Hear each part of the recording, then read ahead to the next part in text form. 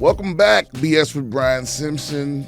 We're back. We just came back from Wisconsin. We missed the episode last week just because of scheduling shit. It's going to happen from time to time. But again, don't ever think because you missed the episode like, oh shit, is it done? It's never going to be done. It's never going to be done. We're always going to bounce back. We're right now the new studio is being built. And I'm back on the road, so there's a lot of things going on. But we're back, and we got a lot of emails, man. I mean, obviously when you're gone for a couple of weeks. But listen, if you got any questions, comments, concerns, you want advice from the advice champ, go ahead and email me at BSwithBrianSimpson@gmail.com. Okay, if you think I'm hilarious, go ahead and come see me on tour. Go to BrianSimpsonComedy.com. Those tickets are there, okay? I will be, by the time y'all see this, I will be in Philadelphia at the Punchline this weekend. And then shortly afterwards, you can catch me October 11th and 12th, again, at the Wilbur Theater in Boston and at the Bell House in New York City, respectively. Those tickets are still available. There's a few available for Bells, I think. Yeah. Go check those out again. BrianSimpsonComedy.com. I'm also going to be at a Bricktown Comedy right after that, October 18th and 19th in Oklahoma City. That's just a little jaunt up the road there. And then November 1st and 2nd, I'm going to be at Hilarities in Cleveland in November 15th and 16th. Catch me at the Lincoln Lodge in Chicago. And lastly, to round that thing off, December 13th and 14th at the Houston Improv, one of my favorite clubs. Okay, now we're back. Let's get to these emails from the adoring fans. Once again, those tickets are at BrianSimpsonComedy.com. Also, don't forget, each and every Tuesday, I host the best show in the city, Bottom of the Barrel, at the Comedy Mothership in Austin, Texas, at 7:30 and 10:30. Come check that out. All right, so let's get to it. Let me see. Damn, I don't know if I read this. Man, somebody's like, Brian, you keep saying that you should have an archive of some kind.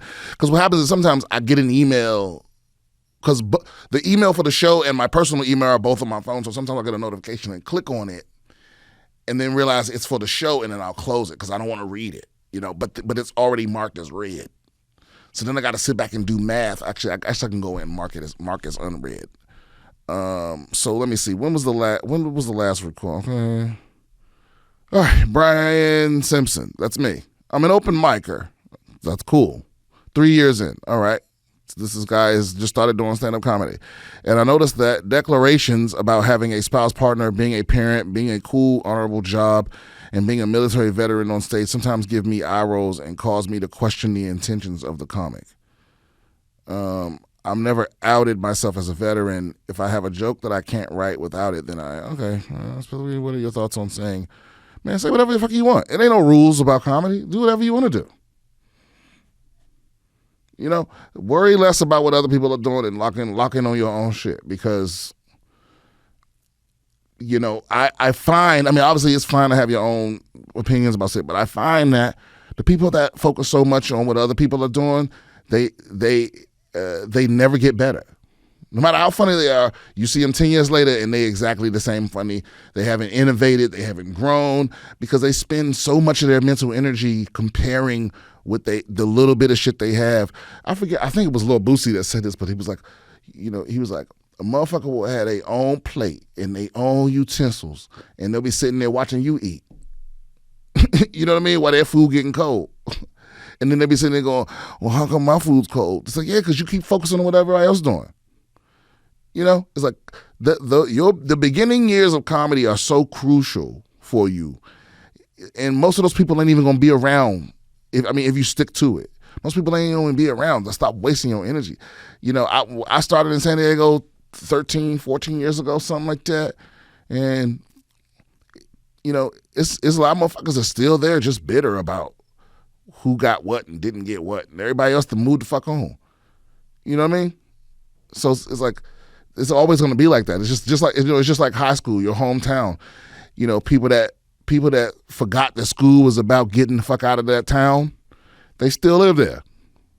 And they mad about it. And here's the other thing. It's nothing wrong with staying where you're from, but don't be bitter about it, nigga.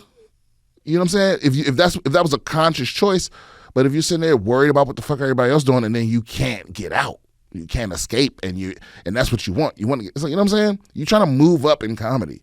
Stop worrying about what the fuck, everybody, those first 2 years, everyone's hack and weird or hackier and weird because they don't know what they're doing. So you're still doing, you don't realize it's like, but you're doing an impression of a comedian when you first begin. You're doing an amalgamation, you're doing an impression of an amalgamation of comedians. That's what they mean by finding your voice. Learning how you say shit, your funniest emphasis and words and all those other things. And that's what you should be focused on, finding your voice, not worried about what the fuck other people are talking about. Because you can't stop it. No one's going to see your rant about it and stop it. I had a thing. I stopped mentioning being a veteran because I didn't want to get pigeonholed and put in, because it's just like if you say you're gay, they're gonna only put you on the gay shows. If you lean into being Mexican, you're gonna only be on the Mexican shows. And it's like, I wanted to do everything. So, but talk about what's interesting to you. Talk about yourself. Like, stop worrying about other people. That's my point. All right. Next, football season. I know you're a Washington fan. Damn, outed me like that. But how you see this football season going? Man, I'm going to be honest with you. I grew up a huge Redskin / Washington football team / Commanders fan. And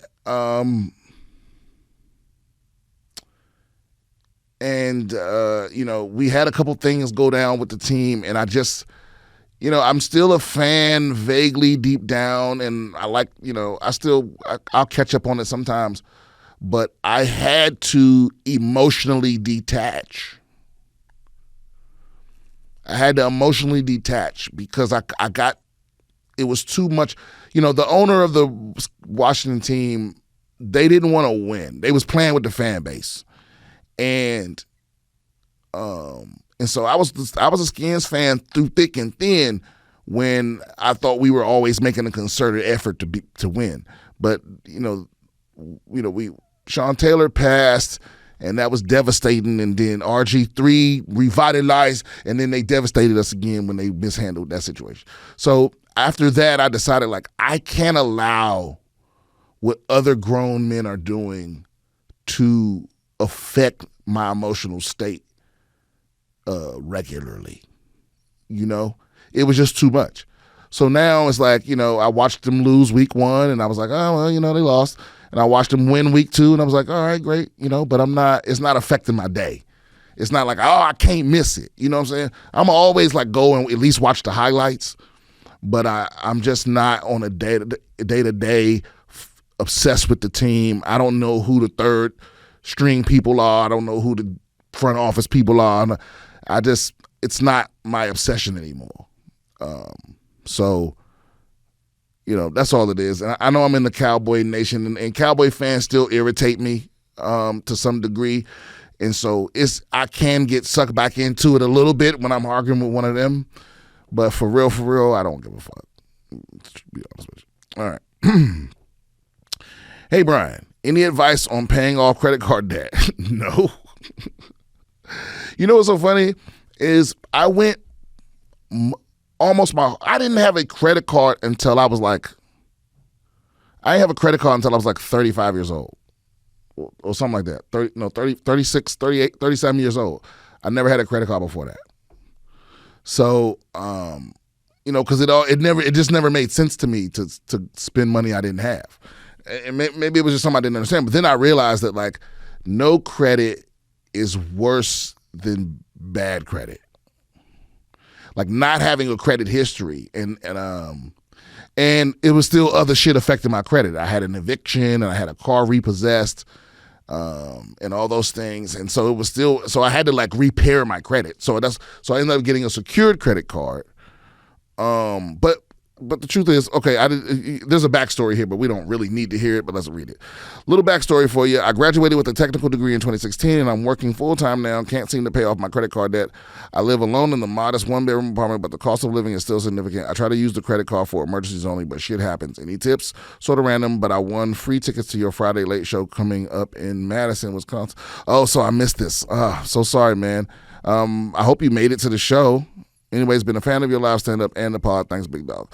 Yeah, man, you know the answer to that. You have to live way, way, way, way below your means. And I understand why that's difficult. I mean, you want to burn off that credit card debt as soon as possible, right? And I'm just assuming that it's not multiple credit cards, but it's like, yeah, you really just got to buckle down and make a sacrifice of some kind, you know, like in all areas. A cheaper phone plan, a slower internet plan, you know what I mean? Stop buying shit at the gas station, like stop buying Gatorades and shit at the gas station and go buy a case of them from the grocery store and shit like that. Like all them little pennies, and get that shit off you. That's the answer. And if you don't make enough where you can do that, then there is get a second job, anything, just even if it's temporarily, to like get that shit off you as soon as possible, because it's gonna cripple you. You know what I mean? Yeah, I mean that's the only way. You gotta get up from underneath it, and it's real easy to get deeply swarmed by that shit, so yeah, that's really the answer. But appreciate it if you came to the show in Madison. I missed this email because I didn't do the podcast last week, but I appreciate you coming out. All right, Brian, big fan, man, for a lot of reasons. Keep that shit up, bro. You deserve everything you've earned and more. Caught you on the Duncan episode, too. Y'all should do more together, man. That was killer. I love Duncan. I wanted to ask if you had any advice on transitioning back to civilian life after the Marine Corps. As cliche as this shit sounds, even though I got out in 2005, I've never really settled back in, and I know I won't ever completely, but maybe you've got some new angles I can hit it from. I hit the invasion with Task Force Tarawa and got lucky enough to do my second trip to Fallujah for Phantom Fury. So I know it's deeper than just the missing the boys and the bricks part. The gym does help a fair amount, and it's better in some ways than it used to be, but still worse in others. I don't want this to sound like some whiny ass shit, man, but hopefully you get where I'm coming from. Looking forward to hearing, bro. Stay up. P.S. I'll throw this in afterwards because I ain't looking for any coattails to ride, but I wanted to offer. The wife and I started no, that wasn't an offer. That wasn't like a sex thing, just so y'all know. They just offered me a place to stay. Oh, wait a minute. That's not, no. The wife and I started a small gig hand-making leather belts, and if you need them pants, I'd love to make you one. Just shoot me a waist size and an address. Okay, I'll do that. I'll buy some leather belts from you. Yeah, man, I don't know what the answer to that is. I mean, because camaraderie is honestly, I think the truth is, I think you're doing the right thing. I think you have to find, because I found comedy, right? And now that, like, you have to find the next thing that you're proud of. The next thing that you can take some pride in. And once I found comedy, I hit a point where, I became good at it. I found that new community. And once I hit the point where I had been a comic longer than I was in the military, I started to identify more as a comedian than a veteran. And that sort of helped me a bit. But yeah, it's like you got to find that new identity, because the government puts that identity on you, and it right when you're so young and impressionable, and it feels like it fits, and then when you get out, you're kind of lost because it doesn't fit. Because if it fit perfectly, you stay in, right? So it's one of those things where it's like, and then it's like you try to keep up the connection with the homies. But the longer you go without being together, you have less and less and less in common. Because the truth is, the only thing you really ever had in common was that you was in the military, right? And so, and it's always good to see the boys, but you really are growing apart and growing into different people, and all you really have to talk about is what happened back in the day. And it's good to go through that sometimes, but yeah, it's tough, man. I don't know if there's a correct answer, but that's my advice: is find a different community that you're really passionate about, whether that be climbers or fucking runners or just some other community that you really can dive into, and eventually I think you hit that point where you're like, I'm actually a fucking ghost hunter or whatever the fuck, right? I hope that helps, man. And I'm gonna hit y'all up about this belt. If you don't hear from me in the next week, hit me back up to remind me. Okay, Thomas Blow. Okay, this is the 22-year-old senior preparing for grad school. Oh, so this somebody is messaging me. Thanks for your input on my question last pod, and it was pretty funny to hear you go from harsh relationship advice to complaining about video games. My follow-up question is, have you ever been in love? And if so, how do you know you were in love? Maybe I answered this. No, my follow-up question is, have you ever been in love? And if so, how do you know you were in love? What separates loving someone from valuing and liking them? I struggle a lot with attachment. I didn't grow up in foster care like you, but I did have a turbulent home life, and that aspect has stayed with me. Hope I'm not flooding your inbox. I get it if you don't want to answer the same guy's question. Don't do that. So here's some cool articles that you might like and have a funny take on.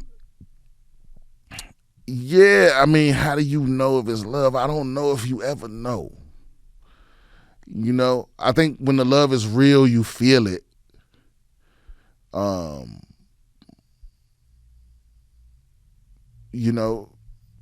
Because I guess because when you start out, it's like, yes, I have been in love. And I thought I was in love, because that's the thing. It's like you're in love, and then when it ends and you reflect, you have to question, was that love? And then you get the next thing, you go, oh no, this is love. And then it ends badly, and you're like, well, was that love? And then you get into the next thing, you go, oh no, this is the real deal. You know what I mean? And so, yeah, I believed I was in love before. I know I was in love, but I have the tendency to fall in love with people because love is such a loaded word. It means so many different things, but in the context of a relationship, I think love is something that two people kind of create. You know what I mean? It's like a stew that we both throw in our ingredients in, and I think if there's a fundamental difference of what love is to you, it's like you throwing weird shit in the pot, or shit that's weird to me, or you're not throwing enough. You know what I mean? Or you're aiming for it to taste a certain way, and I think it tastes fine already the way it is. And so it's like, I think I think this is way more complicated to what is love. It's more about what is love to you, and what is love to them, and what is your capacity to transmit it, and your capacity to receive it, right? It's like, because that's the problem too. Is sometimes sometimes you love a person, but you're transmitting that love on a different frequency than they able to receive, so they're not receiving that love, or vice versa, and it's like, it's a whole other thing. And I think it's important to heal before you bring somebody else into your bullshit. That's really what it boils down to. I would never be in a relationship just so I'm not by myself. I would never just be dating somebody just to be dating somebody. So I don't understand people that do that. I don't get what the point of it is. It's almost like FOMO. It's like the same, but I don't desire that. I don't need cute pictures and all that shit. I need it to be real for me. But that's what I say. I think if you trust your instincts and you know yourself and you're honest with yourself, you'll know it's real love, because you'll feel the love, and it ain't all mad, but again, that's a whole other thing. Love is not enough, there's people that I love that I know I couldn't be in a relationship with. There's people that I'm in love, that I've been in love with, that I know I can't date, because because of either who they are or who I am or what they need that I know I can't give them, or what I need that I know they can't give me. And so it's more, there's more to a relationship than just love. You can have a great relationship without love. You know what I mean? It'll feel more like a business, but still, I think you need both. You need the love and you need the communication skills and the empathy and all that other shit. So willingness to be vulnerable, etc. All right, what we got going on next? Wait a minute, was that your last question? Yeah, and also, by the way, guys, listen, your pain is still valid just because it ain't like mine. Like, being in foster care ain't the end all be all. It's not like the worst possible situation. You know what I mean? The worst situation is being with some like abusive family that they don't take you from. You know what I mean? Or being in some situation that they won't take you out of. Like, foster care, I think, is just the most like official version of having a weird childhood. But there are way more other scenarios of having a instability in your home and all those things that lacking all those things that children need: instability and encouragement and consistency and all of those things. So, yeah, I don't think less of your plight because you weren't a foster kid, just so you know. All right, Brian, love your show. Just bought tickets to see Bottom of the Barrel October 1st. Hell yeah. That's coming up soon. White Falcons are having a renaissance. Oh, I'm sorry. White Falcons. White Felons. White Felons are having a renaissance. Billy McFarland is planning Fyre Festival 2 for April 2025. I really hope Andy won't have to suck dick for bottled water. Okay, I don't know who Andy is, but this Billy McFarland dude, wait a minute, no way. Okay, and he sent the source. Perfect email. Billy McFarland reveals date and location for Fyre Festival. The Fyre Festival founder shared exclusive details. He revealed location for Fyre Festival 2. The Fyre Festival founder shared exclusive details with NBC News' Savannah Sellers about the next iteration of the controversial music festival. Fyre Festival 2 has an official date and location. Billy McFarland, founder of the music festival that was shrouded in controversy, sat down. Shrouded in controversy is such a light way of putting it. You mean that failed utterly. Sat down for an interview with NBC News on September 9th. Okay, let's see. Fyre Festival 2 is happening April 25th, 2025. So we're 7.5 months away. He said, we have a private island off the coast of Mexico in the Caribbean, and we have an incredible production company who's handling everything from soup to nuts. He said the festival will run for 3 days until April 28th, 25. He couldn't confirm the name of the island just yet. Hey, listen, guys, if you buy a ticket to Fyre Festival 2, you deserve whatever happens. I don't give a fuck if a serial killer gets loose and murders everybody on that island.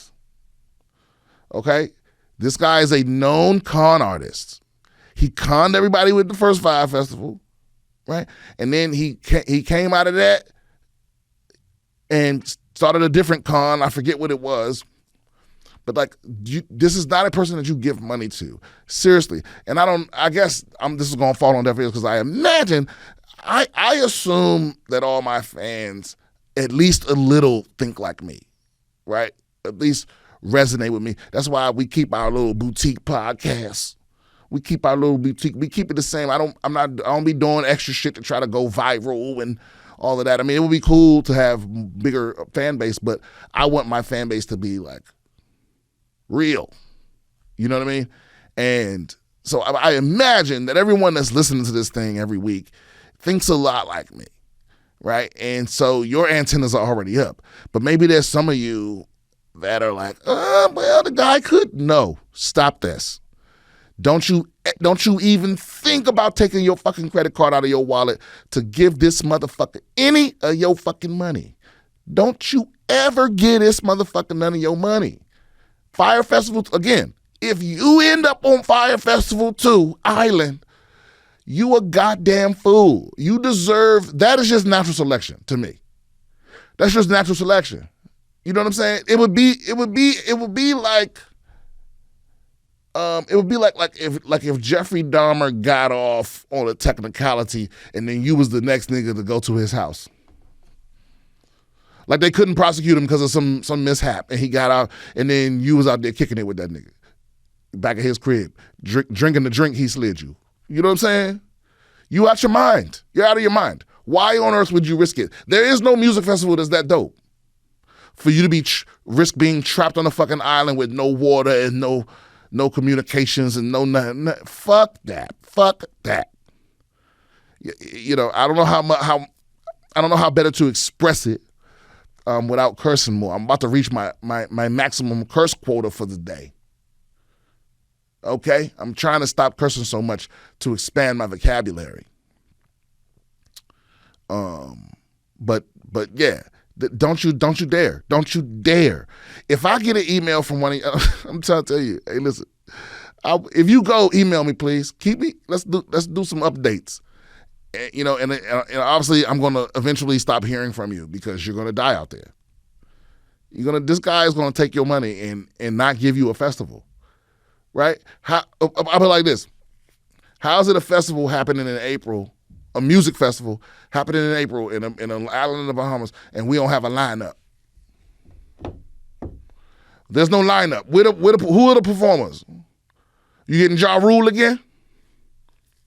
Who's performing at this music festival that doesn't know, that's 8 months out, that don't know they going?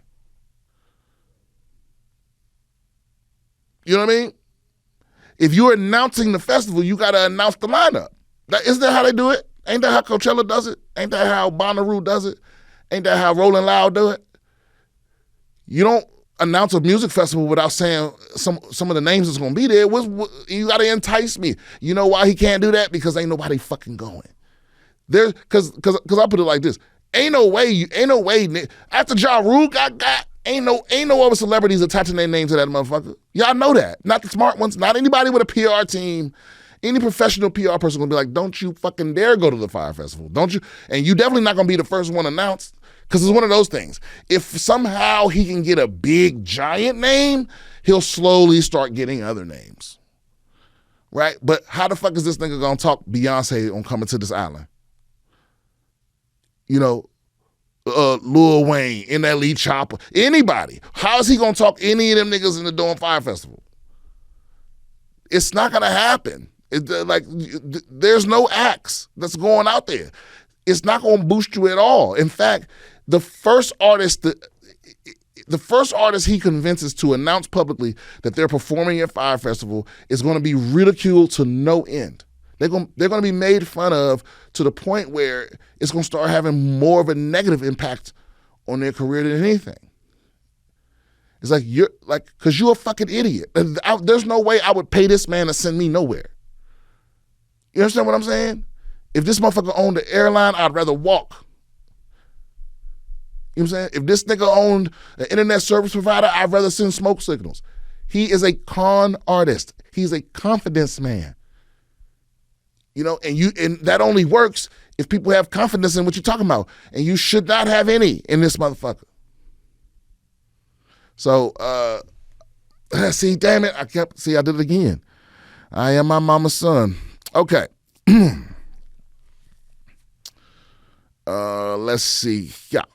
And we got a lot of emails. I love it. Keep them coming. No real advice ones, though.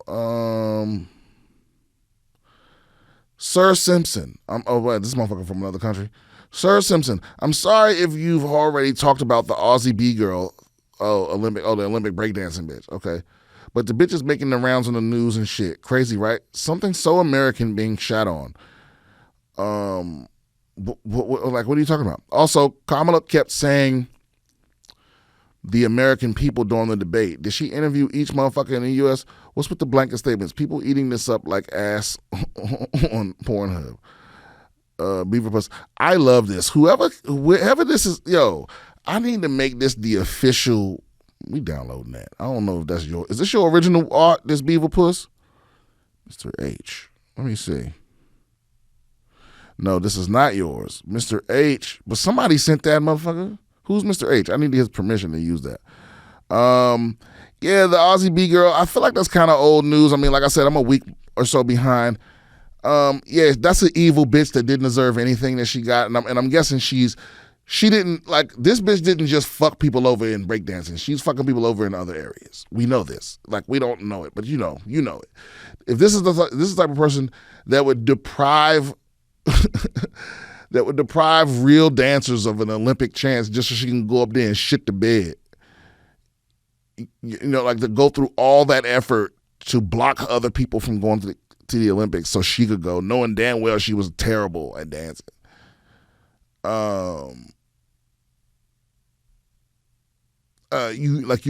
She's done that in other areas in her life. You know? So, yeah, I don't fuck with the bitch. I didn't watch the debates because, like I said, I'm not a fucking groupie, so I don't get this reference. But yeah, I think Kamala Harris and Trump are both terrible people for different reasons. I'm not excited about voting for either person. You know, and it's always been that way. This is a new thing. It's not a hot take. It's not a both sidesy thing. I just think they're all trash. I think they're the vast, overwhelming majority of politicians are trash. You know, like you. I put it like this: if you think that my political takes are strange or unheralded or fence sitting or wishy washy, just know that these motherfuckers be switching parties. You understand what I'm saying? They join a group of people that they claim they have so much in common with ideologically, you know, that they are a Republican. And then 3 years later, they're a Democrat. How'd that happen?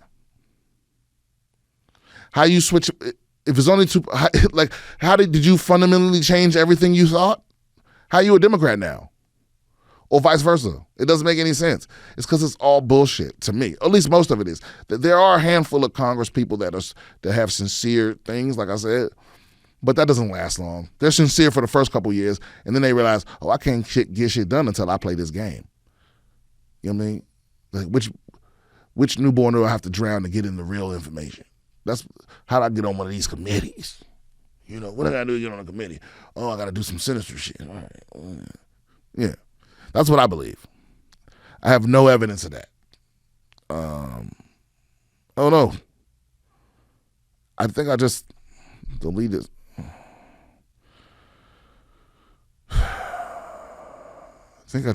Something.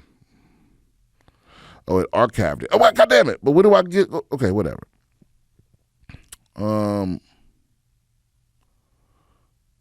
Where to draw the line? Uh-oh. Hi, Brian. You read my last email on the show, and I thought that was cool, so I thought I'd write you again. You're always welcome to write as many times as you like. How do you know when you should quit something versus when you should continue and be persistent, whether it's a job or school or a relationship or whatever it might be? We always hear that we shouldn't quit something just because it becomes difficult, which I agree with, but sometimes you got to know when to cut your losses. How do you decide? Man, you know what?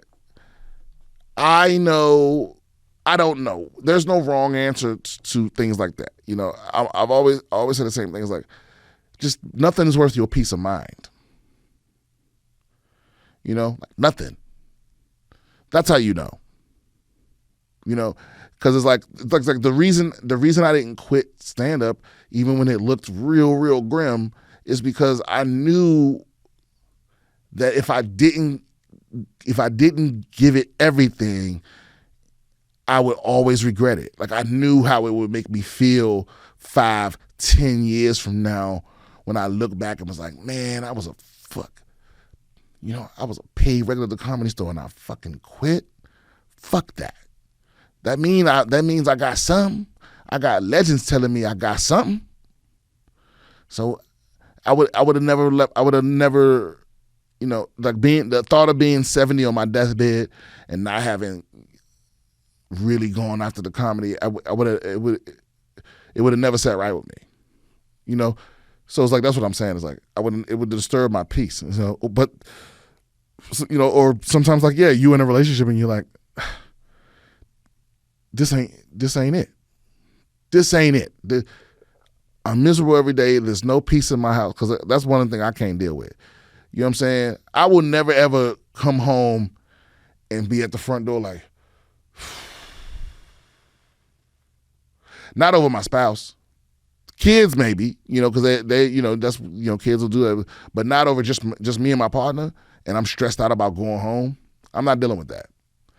Home is the sanctuary. You know what I mean? Bitch, we can argue in the garage, but in the house, everybody need to be cool, or at least play it cool. Because I'm not dealing with no disturbing of the peace. I just can't. So that's how I make a lot of my decisions. And sometimes, like, if that's not applicable, I also consider, like, what are my goals? Does staying with this thing put me closer to my overall goals? Like, like it's important to write this shit out. Write out your main goal, your number one, biggest priority for you, right? And it's like, then you can just ask yourself, whenever do it when you're having a good time. That way, whenever you're having a tough decision like that, you can look at your motherfucking list and go, does staying or leaving get me closer to that? Nope. And you got to make it. You got to make that cold, calculated joint like a fucking computer. And maybe there's more to it. I really ought to start having professionals on here.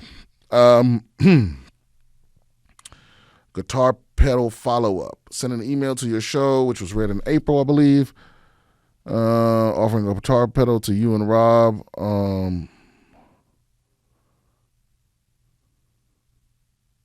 Yeah, man, listen, if you want to send me stuff, just mail it to the Comedy Mothership. I'm obviously not going to give out my home address, But yeah, you can mail it to the Comedy Mothership. Is in Austin, Texas, and I'm not going to make you look it up. I'll tell you the address right now. It is 320 East 6th Street, Austin, Texas, 78701. Yeah, just send it there, addressed to me, and I will eventually receive it, and I appreciate it. And I didn't even finish what you said. Maybe that's not even what you offered. Maybe we're like, oh, that's all the emails. Well, I love that. I would do that all fucking day. If every episode is all emails, I'm all about it. I'm all about it. Again, don't forget, if you want advice from the advice champ, email me at BSwithBrianSimpson@gmail.com. Tech news. I've put like 100 hours into Space Marine 2. It's still got a few issues. I think the skill trees are unimaginative. Some of them downright suck. I think the server issues and the disconnect issues, they really got to get on top of that. But underneath it all, it's a badass game. The unskippable cutscene, apparently, like those are, because I stopped playing the campaign, so I don't have to deal with those. I don't play the campaign. I only play operations. So I don't deal with those anymore, and I don't know if they're still there. But all the unskippable cutscenes and the conversations that you get magically just pulled into that you can't walk away from, I hate that shit. And when I said that on Duncan Trussell's podcast, and whenever you this is what's so weird about America. Whenever you criticize a company, there's always bootlickers that come out the woodwork to defend them. I'm complaining that companies force you to watch cutscenes. It's mostly a tactic to make it so you can't get a refund, right? Because Steam has a limit on how long you can play a game before you're no longer eligible for a refund. I think it's like 2 hours, and so they make it so you can't skip these cutscenes in the beginning of the game. And people jump out the woodwork. There's great cutscenes. Bitch, I didn't say there weren't good cutscenes. Your comprehension is zero, right? You're making an argument against something that I didn't say. This is not about whether there's good ones or bad ones. This is about, it's up to me to decide whether I want to watch the motherfucker. That's all it is. Sometimes I'm in the mood for some narrative. Sometimes I could give a fuck. I just want to play the game. I just want to get to the game and play a little bit and get on by my day. And I should have that option. Keep making all the cutscenes. I didn't say cutscenes shouldn't exist. I didn't say you're a dumb fucking bitch if you like some. I'm talking about me. I don't want to watch them sometimes, right? If they're so great, because, what games used to do back in the day is you could skip them all you wanted, and then you can go into the options and you can watch them when you wanted to. You could, if you wanted to see, oh, what's this fucking story about? You go into the options and just watch them. I wish Diablo did that. where you can just watch all the cutscenes. Maybe it's somewhere in there. But you know, it's like, but don't force me to do anything. Don't force me to do anything that's not playing the game. Don't force me into a conversation or a cutscene or dialogue. And here's another thing I will say about Space Marine. This is another little minor criticism. Please, for the love of God, give us an option to cut the chit chat on the missions. The Marines just be talking, and you know, once you've heard the same lines 1,000 times, it's just irritating. Or add more options. But I just don't want to hear them fucking like I don't know what y'all talking, but like between action, the people with you, their characters will just start talking. Even though like, because I'm playing with my friends, we already speaking to each other.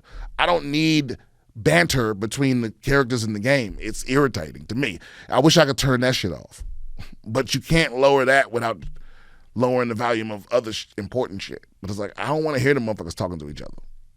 You know, like a little shit like that. Give me options is all I'm saying. I'm not telling you to take stuff out the game. I'm saying give me the option to not deal with it. I think that's reasonable. And I know that's reasonable because we used to have the option. Now we don't for some reason. And see, and some of y'all, like, you ain't as old as me. You grew up being fucked. That's why you think that shit's cool. That's why you think microtransactions are dope. That's why you believe that that's the only way a company can make money is microtransactions. It's not true. We know that's not true. You know, and I'm here for the live service or loot boxes. Remember that? Motherfuckers defended that shit. Oh, you're gambling. You like, oh, instead of you buying what you want, you can buy the chance to possibly get what you want. And even though you probably ain't gonna get it, you can buy more chances. That's gambling. That's the most evil shit that's ever been introduced into gaming. You know, I'm glad that fucking bullshit is gone.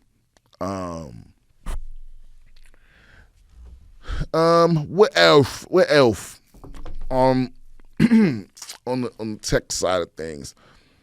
Nothing else new. I have a Rare Magic 9S Pro. It's not gonna be my main phone, but it's my dope little backup phone for when I'm on the road and shit like that. I was very close to switching to Apple recently.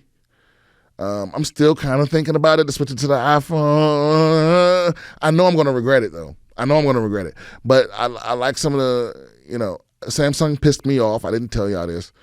Samsung pissed me off because they tried to lie and say that something I exchanged wasn't turned off, wasn't reset. You know, and I've literally, if you go through if you can see my Samsung purchase history, I've given these motherfuckers so much money. I upgrade every single year. Everything. Every year I upgrade. Watches, filters, vacuum, all that. I done bought so much shit from them. I've literally done these exchanges thousands of times. And I film myself doing all the stuff because I've been through this before. I film myself resetting the thing. I film myself boxing it up, and then they try to lie and say, you turned in a different model, or the thing you turned in didn't turn on." They lying, you know. And it just pissed me off that they were gonna not give me, they weren't gonna give me the trade-in value. I'm just gonna try to keep my watch, keep my money, or send me the watch back, which is gonna be useless, and then charge me for. It's like, fuck that. So I was this close to just switching everything.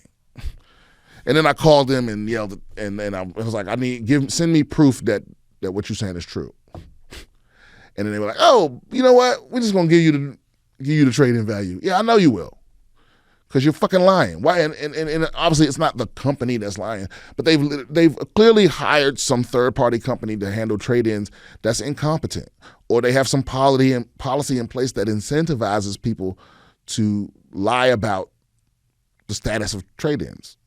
Because it's not just me. It's like, because nothing pisses you off more than you have some kind of issue. You go to the internet and you realize, oh, thousands of people have been having this issue for years, and they haven't done nothing to fix it. And so I was real close. I'm still kind of close. I'm still thinking about it. But then I watched the presentation on the new iPhone, and it's something about watching them brag about features that have been in Android for literally a decade and talk about them like they brand new things that they just invented. It's something about that puts me off of Apple. I don't know what it is, because it feels like you joining a cult. You know what I mean? Where they're like, ooh, now you can control the wallpaper on your lock screen and your home screen. Now you got widgets. Apple widget. Like they and like Apple users talk to you like that too. Oh yeah? Do you got widgets? They talk like that. It's like, yeah, man, okay, what about an always on display? You know what that is? Yeah, motherfucker. It's weird talking to somebody that's only ever used iPhone. You know what I mean? Because they don't, because people that have used Android and iPhone and genuinely think Apple is better, I can kind of give you but people that have only ever used an iPhone because they see it as some kind of status symbol. They've never picked up an Android and they sincerely believe that Apple invented everything. It's wild. But I'm not anti-iPhone. I think that now that it's now that Android OS in its highest iteration, like on the Galaxy, has and iOS have kind of caught up to each other in terms of like parity. Like they pretty much both do all the same stuff. But there's something about the integration that I like. But it was the lack of choice that was keeping me away. It was the fact that I couldn't customize things. Now Apple's leaning very heavily into the customization of like, oh, you can make your home screen your own, and you can name folders and like basic shit that, you can have this be a different color scheme and shit like that. Like that should be a thing. Okay. That's going to be it for me. Don't forget, again, email us, like, share, subscribe, comment, argue. Tell a South African to kiss your ass. And I'll see y'all next time. Keep it tight, Beaver Puss.